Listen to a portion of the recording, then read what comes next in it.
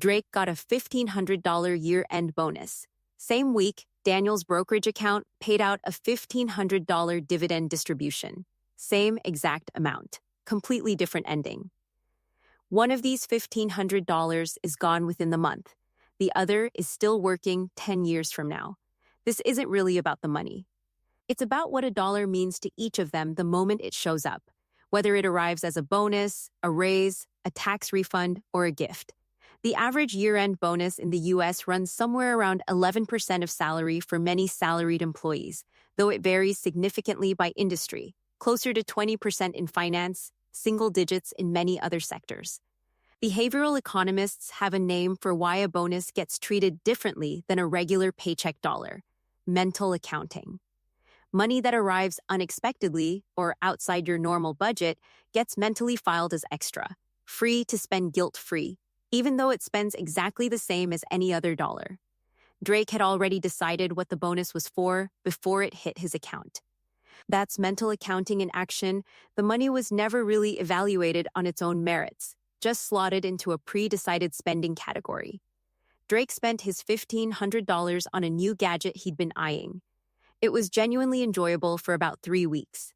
A month later, the novelty wore off, a well-documented pattern called hedonic adaptation, where the emotional lift from a purchase fades back to baseline surprisingly fast, regardless of price. This isn't a judgment on the purchase. It's just what happens to that dollar's impact over time. A short-lived spike. Then, nothing left to show for it a year later except the object itself, likely already depreciated. Daniel's $1,500 wasn't a bonus, it was a quarterly dividend distribution from his existing portfolio, automatically reinvested the same day it arrived. He didn't have to decide anything, because the decision was made years earlier when he set up automatic reinvestment.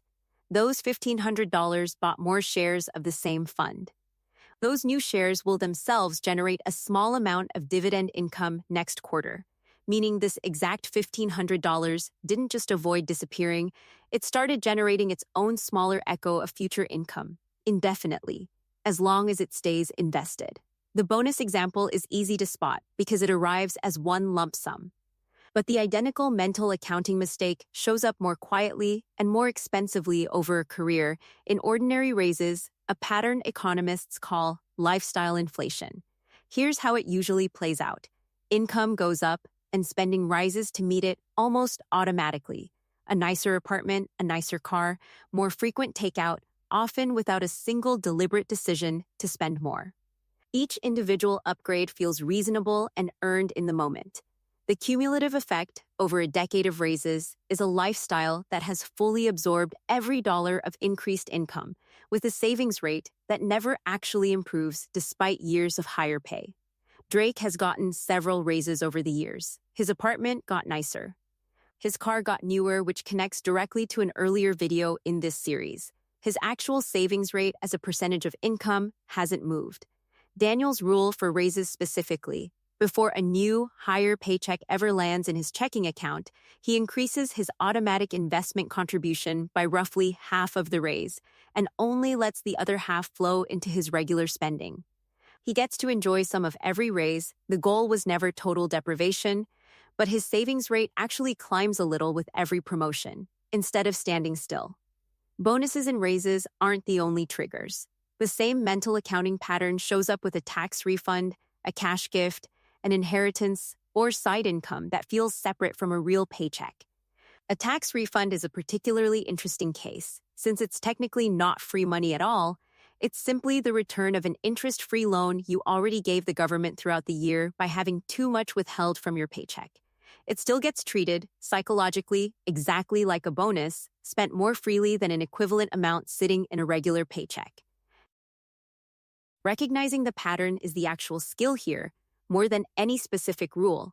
Anytime money arrives outside the normal, expected rhythm of a paycheck, that's exactly the moment mental accounting is most likely to steer a decision that a calmer, non-windfall version of the same decision wouldn't have made. Here's the part that actually matters. And it's not that Daniel has superhuman self-control and Drake doesn't. The real difference is what happens by default. Drake's bonus arrived with no automatic instruction attached. A decision was required, and in the moment, Spend it is a very easy default when a windfall feels like free money.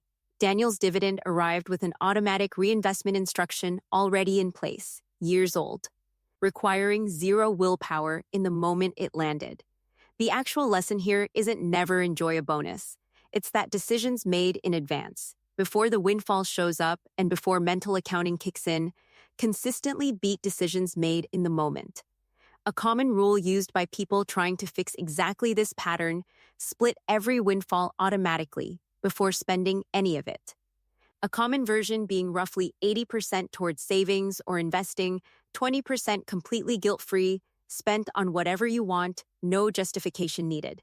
The 20% isn't a loophole or a failure of discipline, it's a deliberate design choice.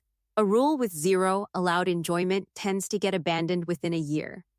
A rule that pre-approves guilt-free spending on a fixed percentage tends to actually stick, precisely because it removes the moment-by-moment negotiation with yourself entirely. The rule is decided once, in advance, and then simply applied every time a windfall shows up. Bonus, refund, gift, or otherwise. Let's actually run the numbers on Drake's specific $1,500 bonus.